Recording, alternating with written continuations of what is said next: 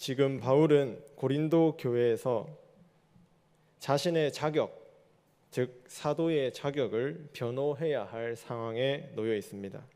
앞선 문맥 2장 16절에 보면 그는 누가 이 일을 감당하리요? 라고 반문했습니다. 누가 그 일에 적합한가? 사도의 일을 하기에 어떤 사람이 적합한가? 이런 질문이죠. 어쩌면 오늘날 인사청문회와 같은 상황과 유사합니다. 바울이 비록 고위공직자는 아니었지만 새 언약의 일꾼으로서 새 언약의 일꾼의 자격이 있는지를 검증받아야 했고, 더 나아가서 자신의 자질을 변호해야 할 상황에 놓여 있습니다. 왜냐하면 고린도 교회 안에 바울의 자격을 의심하는 사람들이 있었기 때문입니다. 그래서 바울은 자신의 새 언약의 일꾼의 직무를 변호하고 자신이 그 일에 적합하다는 것을 증명해야 했는데, 그것이 바로 오늘 본문의 내용입니다. 바울이 어떻게 자신의 자질을 증명했는지를 살펴보고 그 증명을 토대로 오늘 우리에게 말씀을 적용하겠습니다. 고린도 교회 안에 어떤 사람들이 나오는데 그들은 추천서로 자신들의 자격을 주장했습니다. 오늘 본문 1절 말씀에 우리가 다시 자천하기를 시작하겠느냐, 우리가 어찌 어떤 사람처럼 추천서를 너희에게 붙이거나 혹은 너희에게서 받거나 할 필요가 있느냐. 바울의 말입니다. 어떤 사람들은 종이로 된 추천서, 파피루스였겠죠. 파피루스의 추천서를 가지고 내세워서 나는 새 언약의 일꾼의 자격을 가지고 있다라고 주장했습니다. 추천서를 가졌기 때문에 이 일을 감당할 자격이 있고, 바울은 추천서가 없기 때문에 그런 자격이 없다고 말하는 것이죠. 그들은 왜 바울에게 추천서를 요구했을까요? 2장 17절에 보면 이 사람들은 하나님의 말씀을 혼잡하게 하는 자들이었습니다. 여기서 혼잡하게 한다는 것은 순수한 복음에 다른 불순물을 섞는 행위이기도 맞지만, 구체적으로는 말씀을 수단으로 삼아서 돈벌이를 하는 것을 가리킵니다. 즉 하나님의 말씀을 빌미로 삼아서 장사를 하고 돈벌이를 하는 자들이 추천서를 요구하는 자들이었다는 것이죠. 그들이 바울의 자격을 부정하고 자신들의 자격을 운운하는 것은, 바울은 자격이 없고 우리가 자격을 가지고 있다고 하는 것은 다 이유가 있습니다. 바울이 있으면 자기들의 돈벌이가 안 되기 때문이죠. 아마도 고린도 교회 안에 많은 문제들, 분열과 음행과 성사의 문제와 결혼의 문제와 은사의 문제와 성찬의 문제 등이 발생한 것은 이런 자들이 교회의 일꾼으로서 교회를 어지럽히고 더럽히고 돈벌이를 했기 때문이 아닐까 생각합니다. 그들은 하나님 앞에서 그리고 성도들 앞에서 순수한 복음을 전해야 할 양심을 팔아버렸습니다.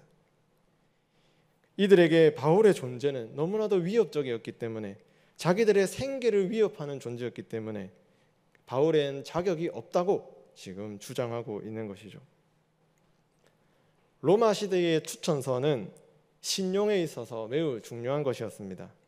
어떤 여행자가 어떤 집에서 숙박하게 될 때에 그 주인이 그 사람에게 숙소를 제공하려면은 신용이 필요한데, 그게 바로 추천서였죠. 이 추천서를 보여주면 믿을 만한 사람이구나를 알았습니다. 또 왕의 전령이 어떤 도시를 통과할 때 왕의 추천서를 내세우면은 바로 통과할 수 있었죠. 바울도 이런 로마 시대의 문화를 거부하지 않았습니다. 또 부정적으로 여기지 않았습니다.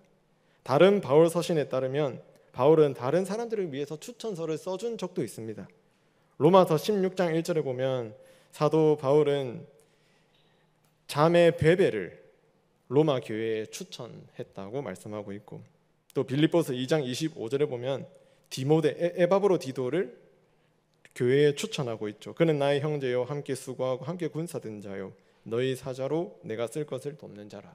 그러니까 꼭 이 사람의 추천서를 보내주면서 이 사람을 꼭 받아주어라, 이 사람은 믿을 만한 사람이다. 사도 바울도 추천서, 로마 시대의 이런 문화를 거부하지 않았습니다.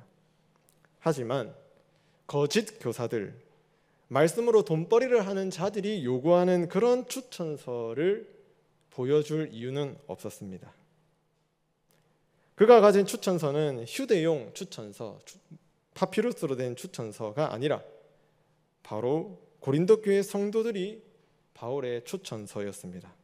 오늘 보면 2절에 보면 너희는 우리의 편지라 우리 마음에 썼고 뭇 사람이 알고 읽는 바라. 여기서 편지라는 단어는 추천서를 가리킵니다. 즉 고린도 교회 성도들이 바울의 추천서라는 것이죠. 바울의 마음에 쓰였고 모든 사람 앞에서 읽고 신용할 수 있는 추천서가 바로 성도들이었습니다. 거짓 교사들은 바울에게 휴대용 추천서를 요구했지만 바울은 고린도 교회 성도들을 추천서로 내세워서 내가 바로 이 일을 감당할 자격이 있다고 주장했습니다. 궁극적으로 바울의 추천서는 그리스도의 추천서입니다. 3절 말씀에 보면 너희는 우리로 말미암아 나타난 그리스도의 편지니 이는 먹으로 쓴 것이 아니요 오직 살아계신 하나님의 영으로 쓴 것이며 또 돌판에 쓴 것이 아니요 오직 육의 마음판에 쓴 것이라. 바울의 추천서는 곧 예수 그리스도의 추천서였습니다. 그리스도께서 성령으로 성도들의 마음판에 바울을 위한 추천서를 쓰셨다는 것이죠. 오늘 본문은 돌판에 먹으로 쓴 추천서와 마음판에 하나님의 영으로 쓴 추천서를 대조하고 있습니다. 이것은 구약과 신약, 더 나아가서 옛 언약과 새 언약의 대조입니다. 옛 언약은 어디에 쓰여 있었습니까? 모세가 시내산에서 받았죠. 두 돌판에 쓰였습니다. 그렇다면 새 언약은 어디에 쓰였을까요? 하나님께서 약속하셨습니다. 바로 우리의 마음에 쓰시겠다는 것이죠. 예레미야 31장 33절에 보면 그러나 그날 후에 내가 이스라엘 집과 맺을 언약은 이러하니 곧 내가 나의 법을 그들의 속에 두어 그들의 마음에 기록하여 나는 그들의 하나님이 되고 그들은 내 백성이 될 것이라. 마음에 기록하는 것이 바로 새 언약이죠. 이게 바로 하나님의 추천서입니다. 또 에스겔 36장 26절을 보면 또 새 영을 너희 속에 두고 새 마음을 너희에게 주되. 그러니까 돌판에 쓰여진 법과 성령으로 마음판에 쓰여진 두 법이 대조되고 있습니다. 그런데 그리스도의 추천서는 어떤 추천서일까요? 돌판에 기록된 추천서가 아니라 성령으로 마음을 변화시키고 새롭게 하여 쓰신 그리스도의 추천서를 가리킵니다. 하나님께서 성령으로 죄인을 새롭게 하시고 하나님의 법을 그 마음에 기록하여 자발적으로 말씀에 순종하는 자들로 만드는 게 바로 새 언약이자 그리스도의 추천서였습니다. 이 약속이 그리스도의 복음을 전하는 일꾼 바울을 통해 고린도 교회에 그대로 이루어졌습니다. 바울이 순수한 복음을 선포하자 성령께서는 그 복음과 함께 역사하셨습니다. 성도들을 거듭나게 하시고 그들의 마음을 변화시켜 새롭게 하시고 죄를 고백하게 하시며 로마의 타락한 문화 속에서도 거룩한 교회가 되도록 인도해 주셨습니다. 이것이 바로 바울이 가지고 있었던 추천서였습니다. 일꾼의 자격은 먹으로 된 또는 파피루스로 된 추천서가 아니었습니다. 바울에게 나타나는 성령의 역사, 마음을 새롭게 하시고 죄인을 거듭나게 하시는 그 역사가 바울의 추천서였습니다. 그리스도와 성령께서 바울을 통해 성도들을 변화시키고 계시는 이것이야말로 바울이 가지고 있었던 자질, 자격이었습니다. 바울은 거짓 교사들에게 자신의 자격을 변호했을 뿐만 아니라 자신이 가지고 있는 자격을 확신했습니다. 4절 말씀에 보면 우리가 그리스도로 말미암아 하나님을 향하여 이 같은 확신이 있으니, 바울은 자신의 자격을 확신하고 있었습니다.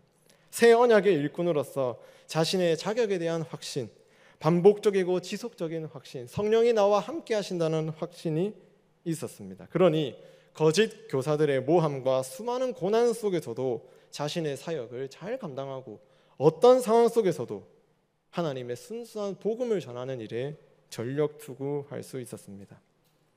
이 확신은 스스로의 확신을 넘어서 하나님을 향해 가지고 있었던 확신입니다. 왜냐하면 그런 자격을 주신 분이 하나님이시기 때문이죠.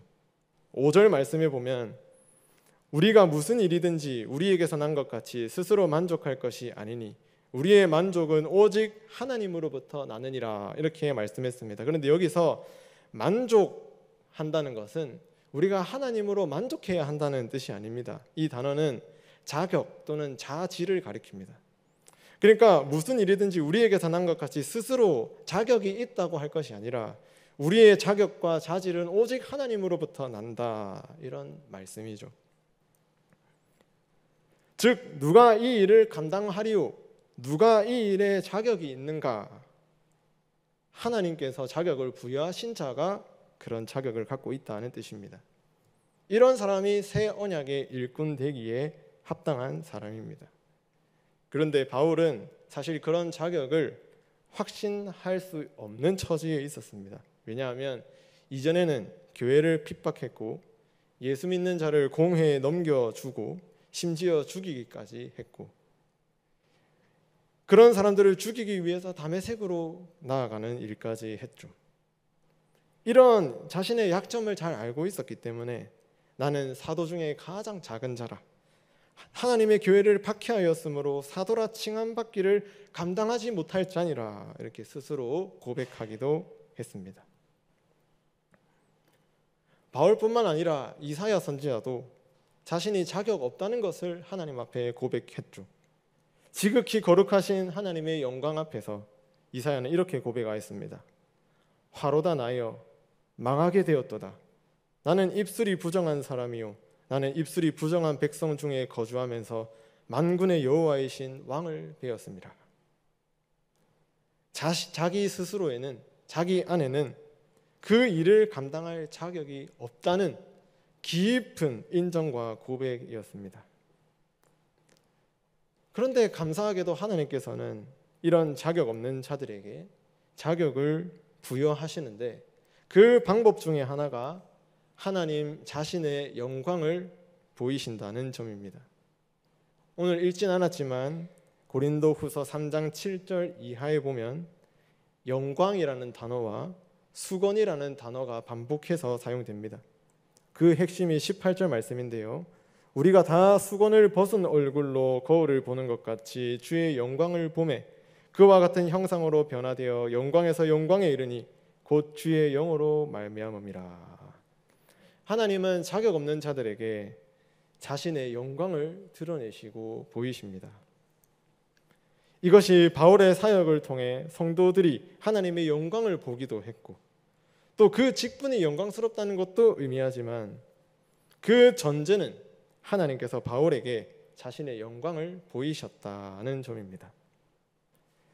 예수 그리스도께서 영광을 보여주셨죠. 사울아 사울아 네가 어찌하여 나를 박해하느냐. 주님께서는 다짜고짜 바울에게 은혜를 베풀지 않았습니다. 오히려 처음에는 자신의 영광을 보이시며 바울을 책망하셨습니다. 그런데 바울은 자신을 책망하시는 그 주님의 영광을 보고서 주님 앞에 엎드렸습니다. 이전에는 수건으로 가려져 있어서 보지 못했던 그리스도의 영광을 그리스도께서 수건을 벗기심으로 목격하게 하신 것이죠. 바울은 이렇게 고백했습니다. 호련히 하늘로부터 큰 빛이 나를 둘러 비치매 내가 엎드러져 들으니. 큰 빛이 자격 없는 바울에게 비추어졌습니다.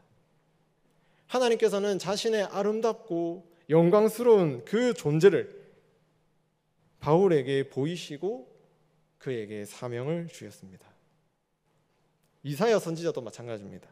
자격이 없었지만 하나님께서는 그에게 인자하시고 그 영광을 보여주시고 거룩하다 거룩하다 거룩하다 지극히 거룩하신 하나님을 영광을 보이셔서 그 죄를 사하시고 그를 선지자로 부르셨고 이에 선지자는 그 영광 때문에 내가 여기 있나이다 하며 그 사역을 감당할 수 있었습니다.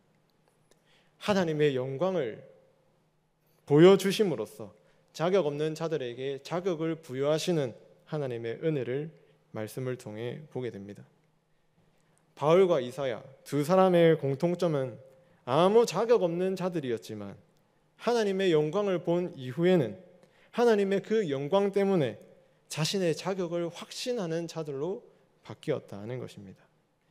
왜냐? 지극히 거룩하신, 지극히 아름다우신 하나님이 자신에게 자격을 부여했으니 그 직분이 얼마나 영광스럽고 탁월한 것이며, 이런 확신으로 인해서 바울은 고린도 교회에 1년 6개월 동안 성실하게 직무를 감당하고 고린도 교회를 세울 수 있었습니다. 이렇게 영광을 본 새 언약의 일꾼 때문에 고린도 교회 성도들 또한 하나님의 영광을 보았고 자신들의 죄를 자백하고 때로는 성령이 주시는 근심으로 인해서 근심하는 상황에 놓이기도 했지만, 하나님은 마음을 변화시키는 새로운 이 구원의 역사를 고린도 교회에 보이셨던 것입니다. 절대로 이것은 거짓 교사들, 말씀을 빌미로 삼아서 돈벌이를 하는 자들을 통해서는 하나님의 영광을 볼 수가 없습니다. 하나님은 이렇게 자질을 부여하시고 영광을 보이시는 이 일을 통해 교회를 세워 가십니다. 이제 이것을 말씀을 적용하겠습니다. 이것을 목사인 저에게 먼저 적용을 해보면, 목사의 자격과 자질, 그것은 어디에 있을까요? 그것은 성령의 역사가 나타나느냐 나타나지 않느냐에 달려 있습니다. 성령의 역사가 무엇이겠습니까? 마음을 변화시키고 새롭게 하여 죄인들을 거듭나게 하시는 그 일입니다. 그런데 그 일은 어디에서부터 시작될까요? 순수한 복음을 선포하는 데서 나타납니다. 거짓 교사들이 요구하는 추천서, 이른바 오늘날로 말하면 좋은 스펙을 가지고 좋은 대학을 나오고 유학을 갔다 온 그런 목사님들도 물론 좋은 분이시겠지만 그것이 목사의 자질을 부여하지 않습니다. 하나님이 부여하신 영광을 보고 성령의 역사가 그에게 나타나기 위해서 순수한 복음을 선포하는 그 사람이야말로 바로 목사의 자격을 가지고 있는 자라 말할 수 있습니다. 개인적인 얘기를 잠깐 하자면, 저는 이 말을 별로 좋아하지 않습니다. 이번에 SFG 수련회 갔는데 어떤 분이 그렇게 말하더라고요. 자기는 공부를 못해서 신학교에 갔다고. 저는 이 말을 굉장히 좋아하지 않습니다. 이 말 안에 있는 뉘앙스, 물론 그런 의도로 말하진 않았겠지만 이 안에 무슨 말이 있냐면, 공부를 못하는 사람이 신학교에 간다 이 말입니다. 그래서 이 말을 굉장히 좋아하지 않습니다. 공부가 어려워서 목사가 되었다, 공부를 못해서 신학교에 갔다. 사실 목사라는 이 직분을 제가 수행한 것은 경험이 별로 많지 않지만, 그 자격 중에 하나는 결국 성령의 역사고, 성령의 역사가 나타나기 위해서는 순수한 복음을 선포해야 하지 않겠습니까? 그런데 순수한 복음을 선포하기 위해서는 물론 쉽기도 하지만 또 때로는 어렵기도 한 이 성경을 잘 알고 이해하기 위해서는 기본적인 지식과 또 실력이 필요합니다. 보통 우리는 설교를 할 때 이제 목사가 기도를 하고 하나님께 뭔가를 뿅 받아가지고 이제 설교를 한다고 생각하시죠. 그런데 그게 아닙니다. 전도서 12장 9절에 보면 구약의 선지자들과 수많은 성경의 저자들은 끊임없이 생각하고 연구했다는 것을 보여줍니다. 전도서 12장 9절에 보면 전도자는 지혜자이어서 여전히 백성에게 지식을 가르쳤고 또 깊이 생각하고 연구하여 잠언을 많이 지었으며, 뭔가 계시를 뿅 받아가지고 성경을 작성하거나 뭔가 뿅 받아가지고 설교를 하는 게 아니라는 말입니다. 또 베드로전서 1장 10절에 보면 이 구원에 대하여는 너희에게 임할 은혜를 예언하던 선지자들이 어떻게 했다고 합니까? 연구하고 부지런히 살폈다고 합니다. 하나님의 말씀을 부지런히 연구하고 살피고 생각하고 묵상하고 해야 할 사람이 공부를 잘 하지 못한다면 어떨까요? 이 직무를 제대로 감당할 수 있겠습니까? 그래서 저는 공부를 못해서 신학교에 갔다 이 말을 좋아하지 않습니다. 우리 성도님들께서도 그렇게 생각하지 않으실 거라고 믿습니다. 그럼에도 불구하고 목사의 자격 중 가장 중요한 것은 순수한 복음을 전파하여서 성령의 역사가 성도들 가운데 나타나는 것입니다. 성도들이 거듭나고 변화되고 자신의 죄를 깨닫고 구원의 은혜를 깨달으며 구원의 확신을 얻는, 이것이 목사가 내세울 수 있는 추천서이죠. 하나님께서 이런 많은 열매들을 맺게 하신다면 목사 안에도 확신이 들지 않겠습니까? 하나님이 나를 정말로 목사로 부르셨구나, 이런 확신을 가지고 목회를 지속할 수 있을 것입니다.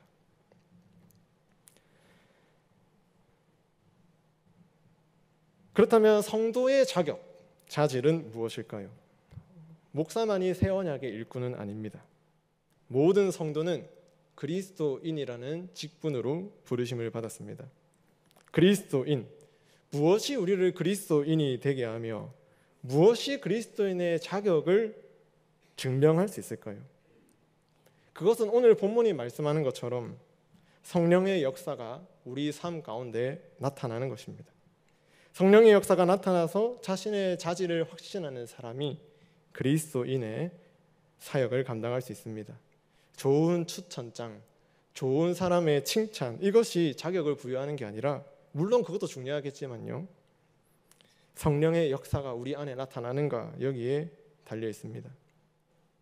그리스도인, 이것은 구약의 메시아라는 뜻입니다. 기름 부음 받은 자를 가리키죠. 그리스도인은 세 가지의 직분을 감당합니다. 왕과 선지자와 제사장의 일이죠. 우리는 왕으로서 이 땅을 어떻게 살아가야 합니까? 그 자질을 확신해야만 우리가 고난 속에서도 그리스도인으로 살아갈 수 있습니다. 왕, 원수에 대항하고 백성들을 지키는 일을 하죠. 이것은 죄와 마귀에 대항하여서 싸우는 것을 의미합니다. 그런데 내가 그리스도인이라는 확신이 없는데, 성령의 역사가 우리 안에 나타나지 않는데 어떻게 그리스도인으로서, 왕으로서 죄에 대해서 대항하여 싸워서 승리할 수 있겠습니까? 또 우리는 선지자의 역할을 감당할 수 있습니다. 선지자, 하나님의 말씀을 전하고 하나님의 말씀을 깊이 연구해서 전하는 사람 아닙니까? 근데 이것은 우리의 삶에도 적용할 수 있습니다. 우리도 하나님의 말씀을 연구하고 탐구해야 합니다. 목사만 연구하는 것이 아니라 성도들 또한 진리를 알기 위해서 탐구하고 몸부림쳐야만 합니다. 그런데 내가 그리스도인이라는 확신이 없고 성령의 역사가 우리 안에 나타나지 않는데 어떻게 말씀을 깨닫고 진리를 알며 그것에 사모할 수 있겠습니까? 또한 우리는 제사장입니다. 우리의 몸을 거룩한 산제물로 드려서 하나님께 헌신해야 할 사람입니다. 성령의 역사가 우리 안에 나타나지 않는 한 우리의 몸 전체를 하나님께 바칠 수 있을까요? 성령의 역사가 우리 안에 나타나지 않는데, 마음을 변화시키는 성령님의 사역이 우리 안에 없는데 우리의 모든 것을 하나님께 내어드릴 수 있을까요? 우리의 몸과 우리의 시간과 우리의 헌신, 이것은 성령의 역사가 있어야만 가능합니다. 그렇기 때문에 그리스도인의 자격은 결국 성령의 역사가 나타나고 그 자질을 확신하는 사람이라 성경은 말하고 있습니다. 말씀을 정리하겠습니다. 성도 여러분, 새 언약의 일꾼의 이 자격은 어떤 사람이 감당할 수 있을까요? 성령의 능력이 나타나는가에 달려 있습니다. 우리의 마음을 변화시키고 우리를 새롭게 하시고 우리를 거듭나게 하시고 구원을 확신하게 만드시는 그 역사가 나타나는 사람입니다.